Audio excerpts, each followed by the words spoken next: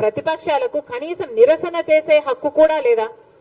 తీరా అంతా చేసి మమ్మల్ని మేము కాపాడుకొని నెక్స్ట్ రోజు ధర్నా చేస్తే మమ్మల్ని తీసుకెళ్లి ఈడ్చుకెళ్లి పోలీస్ స్టేషన్లలో పడేశారు. పోనీ దాంతోనైనా మీకేమైనా చలనం వచ్చిందా? ఉద్యోగాలు ఇచ్చారు అంటే ఏం చేశారు? పోలీసులు వాడుకుంటున్నారు, మీ అధికార దుర్వినియోగం చేస్తున్నారు తప్పితే అసలు మీకు బీజేపీ పార్టీకి ఏమిటి తేడా అని అడుగుతున్నాం. బీజేపీ పార్టీ వాళ్ళకి ఇష్టం లేని వాళ్ళ మీద, వాళ్ళ కోపం వచ్చిన వాళ్ళ మీద ఈడీని ప్రయోగిస్తుంది, ఇన్కమ్ ట్యాక్స్ ని ప్రయోగిస్తుంది. మీరు కూడా అంతే కదా, పోలీసులను ప్రయోగిస్తున్నారు.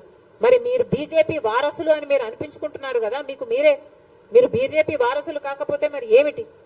ఇది ఏం పద్ధతి అని అడుగుతున్నాం. బీజేపీ పార్టీ యువకులను మోసం చేసింది. 2 కోట్ల ఉద్యోగాలు సంవత్సరానికి ఇస్తామని చెప్పి ఇక్కడ జగనన్న గారు కూడా మన యువకుల్ని మోసం చేశారు. 2,30,000 ఉద్యోగాలు మన యువకులకు ఇస్తామని చెప్పి మరి మీకు బీజేపీ పార్టీకి ఏమిటి తేడా? మీరు ముమ్మాటికి బీజేపీ వారసులనే నిరూపించుకుంటున్నారని మళ్ళీ మళ్ళీ చెప్తున్నాం. ఏమా ఎనీథింగ్ ఎల్స్?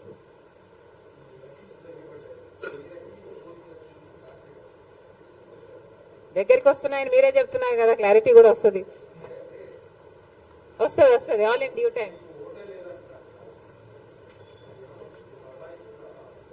ప్రక్రియ జరుగుతుంది. ఓకే, అంతేనమ్మా.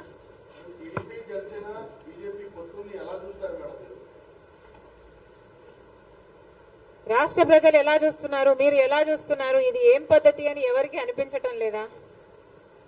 అసలు గమనించాల్సిన పాయింట్ ఏమిటంటే మన రాష్ట్రంలో ప్రత్యేక హోదా గురించి ఊసే లేకుండా చేశారు తెలుగుదేశం పార్టీ, వైసీపీ పార్టీలు కలిసి.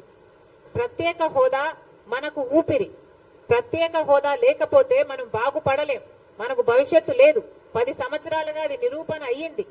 అయినా కూడా ఈ 10 సంవత్సరాలలో ఎమ్మెల్యేలు, ఎంపీలు ఇంతమంది అధికారంలో ఉండి కూడా అసలు ఊసే లేకుండా చేశారు. అసలు ఆ మాటే లేకుండా చేశారు. ప్రత్యేక హోదా అన్న అంశమే లేకుండా చేస్తున్నారు కదా. ఈరోజు మేము కాంగ్రెస్ పార్టీగా వచ్చి మేము కొట్లాడుతున్నాం తప్ప ప్రత్యేక హోదా గురించి తెలుగుదేశం పార్టీ గాని, చంద్రబాబు గారు గాని, వైసీపీ జగన్మోహన్ రెడ్డి గారు గాని ఒక్క నిజమైన ఉద్యమమైనా చేశారా అధికారంలో ఉండి, ముఖ్యమంత్రులుగా ఉండి అని అడుగుతున్నాం. ఈరోజు ప్రత్యేక హోదా మనకు బీజేపీ పార్టీ ఇవ్వలేదు, పోలవరం ప్రాజెక్టు ఇవ్వలేదు, మనకు రాజధాని ఇవ్వలేదు.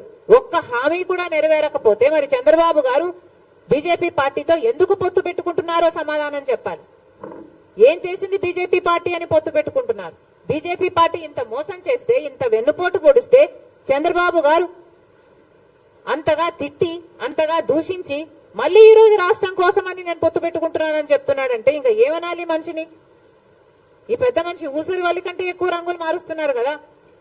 ఫస్ట్ ఏమో ప్రత్యేక హోదా కోసం పొత్తు పెట్టుకుంటున్నానని చెప్పాడు, ఎన్నికలు గెలిచారు, వాళ్ళ కేబినెట్ లో అధికారం కూడా అనుభవించారు. ఆ తర్వాత లేదు అని తిట్టి మరీ బయటకు వచ్చారు. మళ్ళీ ఇప్పుడు మళ్ళీ మెచ్చుకొని మేము గౌరవిస్తున్నామని చెప్పి మళ్ళీ చేరుతున్నారు. దేనికంటే మీకు గౌరవం? పవన్ కళ్యాణ్ గారు కూడా అడుగుతున్నానా? మోడీ అంటే అపారమైన గౌరవం అన్నారు. దేనికి మీకు అపారమైన గౌరవం? మనకు పోలవరం ఇచ్చినందుకు మీకు అపారమైన గౌరవమా? మన రాజధాని ఇచ్చినందుకు మీకు అపారమైన గౌరవమా? స్పెషల్ చేసి ఇచ్చినందుకు మీకు అపారమైన గౌరవమా? ప్రజలకు సమాధానం చెప్పాల్సిన అవసరం ఉంది. జగన్మోహన్ రెడ్డి గారిని కూడా అడుగుతున్నాం, మీరు ఇంకా తెలివైన వాళ్ళు, మీ పొత్తులు కనిపించవు. ఎందుకంటే మీ అక్రమ పొత్తులు, మీ రహస్య పొత్తులు.